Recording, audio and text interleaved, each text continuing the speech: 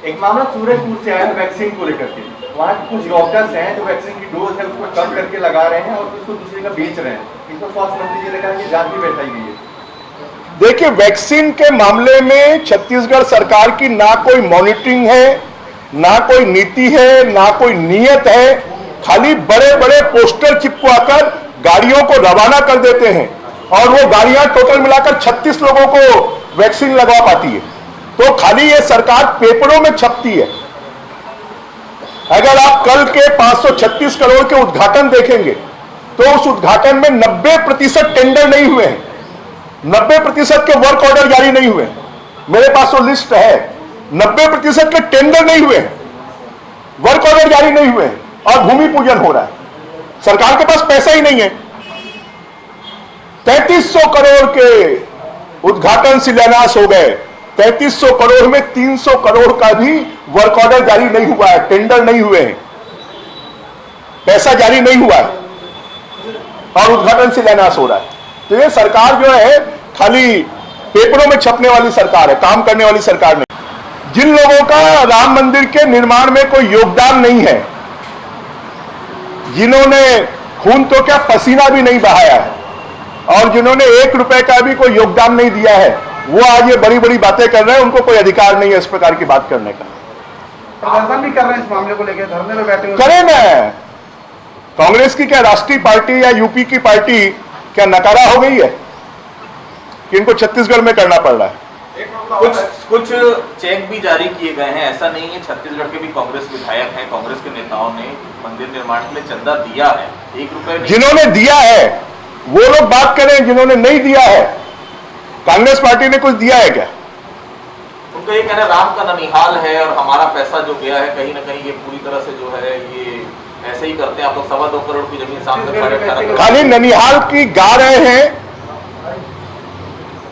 और ननिहाल की खा रहे हैं, परंतु कोई योगदान नहीं दे रहे। डीजल पेट्रोल के दाम बढ़ रहे थे, उस दौरान जब आप विपक्ष में थे तो साइकिल पे आप और रमन सिंह निकले थे, लेकिन अब वो साइकिल गायब हो गई है, ऐसा कांग्रेस का कहना है। महंगाई का मुद्दा आज का नहीं है, आजादी के बाद से कभी भी कोई ऐसा समय नहीं रहा है जब महंगाई के मुद्दे पर विपक्ष के राजनीतिक दलों ने बात ना की हो, हल्ला ना किया हो। तो ये एक स्वाभाविक प्रक्रिया है। मैं तो कहना चाहता हूं कि 19-20 में कांग्रेस को डीजल पेट्रोल पर 180 करोड़ रुपए का टैक्स मिला था और 20-21 में वही टैक्स बढ़कर 410 करोड़ रुपए हो गया। तो कांग्रेस पार्टी छत्तीसगढ़ में डीजल पेट्रोल के ऊपर में टैक्स कम क्यों नहीं कर रही है? उसको कौन रोक रहा है? अगर उसको छत्तीसगढ़ की जनता की इतनी ही चिंता है तो छत्तीसगढ़ में टैक्स कम करे। बहुत से राज्यों ने कम किया है, ये भी कर सकते हैं। इनको छत्तीसगढ़ के लोगों की चिंता नहीं है, इनको तो राजनीति करने की चिंता है। पहल आपसे करना चाह रहा है, केंद्र सरकार से करना चाह रही है कांग्रेस पहले। अरे पहल कांग्रेस को अपने राज्य में करें ना, हम छत्तीसगढ़ में बैठे हैं। छत्तीसगढ़ के लोगों को अगर सस्ता पेट्रोल डीजल दिलाना है तो छत्तीसगढ़ सरकार का रेवेन्यू पिछले 2.5 साल में पेट्रोल डीजल से 3 गुना हो गया है। जब 3 गुना रेवेन्यू हो गया है तो वो उसको कम क्यों नहीं करती?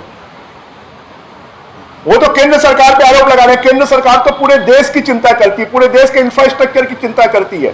60% पैसा राज्य सरकारों को देती है। अगर वो रेवेन्यू उनको ज्यादा आ रहा है तो उसका पैसा वो राज्य सरकारों को भी दे रही है। जो कोरोना महामारी के समय पूरे देश में को सहायता उपलब्ध करवाई गई वो उसी के माध्यम से करवाई गई। छत्तीसगढ़ सरकार क्या कर रही है? छत्तीसगढ़ सरकार क्यों अपने रेवेन्यू को कम नहीं, अपने टैक्स को कम नहीं कर रही है? अगर छत्तीसगढ़ की जनता की इतनी ही चिंता है तो वो अपने टैक्स को कम करे।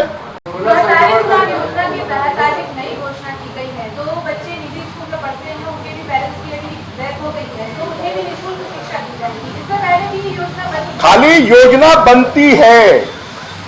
मेरे पास रोज 10 परिवार आ रहे हैं जो कह रहे हैं कि हमारे परिवार में कमाने खाने वालों की मृत्यु हो गई, सरकार की क्या सहायता योजना हमें बताएं, हमें सहायता दिलवाएं।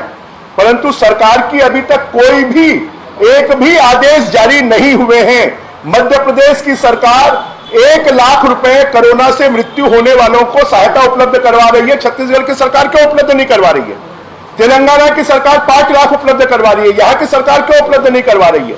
मध्य प्रदेश की सरकार कोरोना से जिनके परिवार में कमाने खाने वालों की मृत्यु हो गई है उनको 5 लाख रुपए एक मुश्त उनके खाते में जमा कर रही है। छत्तीसगढ़ की सरकार क्यों नहीं कर रही है? छत्तीसगढ़ की सरकार ने जिन परिवारों में कमाने खाने वाले लोगों की मृत्यु हो गई है, मैं तो कहता हूं उनका प्रॉपर्टी टैक्स माफ करना चाहिए, उनके स्कूल की फीस माफ करना चाहिए, एक मुश्त उनको आर्थिक सहायता देना चाहिए।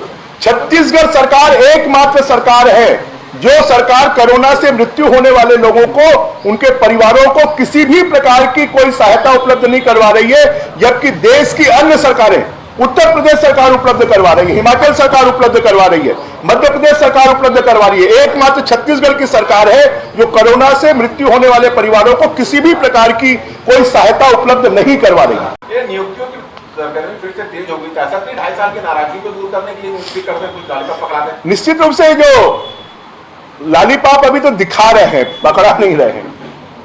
तो अभी एक बार, अभी तक 100 बार लालीपाप दिखा चुके हैं, खाने को नहीं दिया है। इस बार भी मालूम नहीं वो दिखाते हैं कि खाने को देते हैं। ये मिशन 2023 की तैयारियों में कांग्रेस जुट गई है, ये कहना है, और 2 दिन लगातार बैठकों का दौरे, किस तरह से देख अरे रहे हैं? कांग्रेस का तो कोई मिशन है ही नहीं।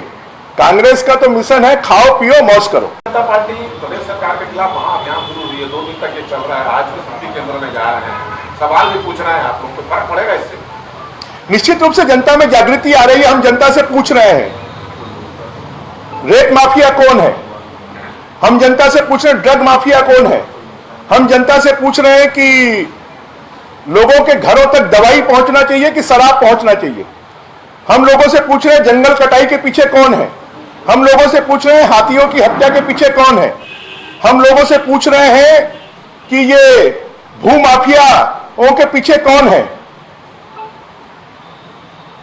अभी मैं बिलासपुर गया था, बिलासपुर में तो कांग्रेस के ही 2 गुट बस स्टैंड की एक दुकान को कब्जा करने के लिए वहां मारपीट हो रही है। बिलासपुर में लगभग रोज जमीनों के मुद्दों को लेकर कांग्रेसियों में आपस में मारपीट होती है। तो छत्तीसगढ़ में भू माफिया, जंगल mafia, rape mafia, drug mafia, शराब माफिया, अब तो हम लोगों ने ऐसे ऐसे माफियाओं के नाम नहीं सुने थे, नए नए माफिया छत्तीसगढ़ में तैयार हो रहे हैं। अच्छा, सीएम पुनिया आ रहे हैं, क्या लगता है कि वो नब्ज टटोलने आ रहे हैं जो 2.5 साल का फार्मूला है, नेताओं से फीडबैक लेने आ रहे हैं, बदला जाए सीएम की नहीं? इंतजार करिए 17 तारीख का। 17 तारीख कांग्रेस के आधा कार्यकाल 2.5 साल पूरा हो रहा है और सिर्फ ये छत्तीसगढ़ में नहीं पूरे देश में चर्चा है कि 17 तारीख के बाद छत्तीसगढ़ में क्या होगा और उससे पूरी कांग्रेस पार्टी घबराई हुई है।